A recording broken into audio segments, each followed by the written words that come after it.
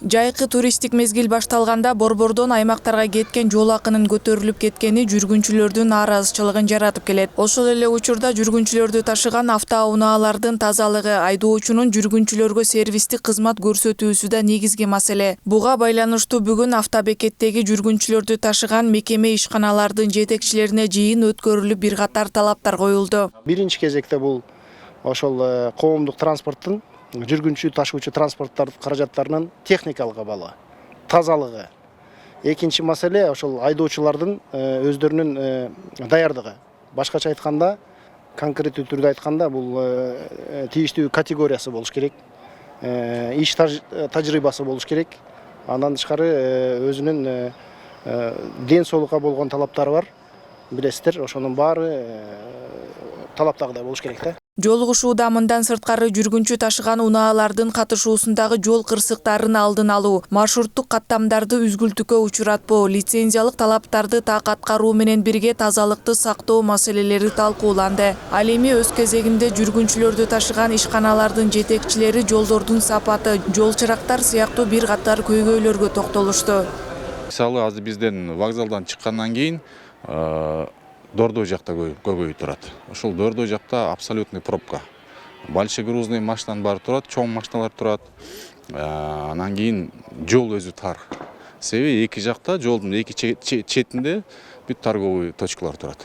Ошол биз канча айрылып атабыз, мына улам чогулуш болгон сайын министерство айрылып атабыз, жолду кеңейтип бербейсиңерби? Ошол шаардан чыккыча эле бизде ошол проблема болуп атат. Бир чети ошол, анан кийин шаарда да тыгын болбойт эле да, объездной жолубуз кенен болсо. Бул маршрут иштегениме 20 жыл болду, 2005-тен бери иштейм. Анан көйгөйлөр жанагылар, светофорлор, жолдор оңолбойт, объездный жолдор, тияк-бияктар оңолбойт, пробка объездный жолдору. Бүгүнкү жыйында ошол светофорлорду айттык, могу жолдор остановкаларды бизге жакшы-жакшынакай кылып берсе, остановкаларды кажерге көргөзсөк, токтогонго ылайыктуу кылып.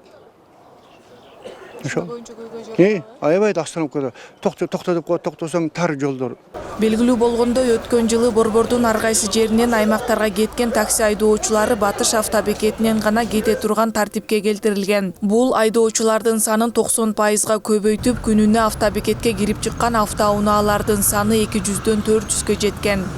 Эгер автовокзалдан чыга турган болсо, биздин бул жерде врач-наркологдор бар. Алар көзөмөлгө алышат, техникаларын, унаа каражаттарын болсо көзөмөлгө алган биздин механик контролдор бар, алар көзөмөлгө алат. Анан рейске чыгаардын астында путевкасын текшерет, жол баракчаларын текшерет, сөзсүз түрдө шопурдун, айдоочунун баардык ошол эрежеге туш келип атат, кандай рейстер менен кетип атат, убакыт сааты менен бүт баардыгын көзөмөлдөп туруп, анан рейске чыгарабыз. Мындан сырткары 2-3 унаа биригип өзүнчө кетүү аракети көрүлүп жаткан маалыматтар тийиштүү мекемелерге атайын далилдер менен берилип жатканын кошумчалады. Акылай Маратова, Эрлан Кыдырбеков, Нью ТВ.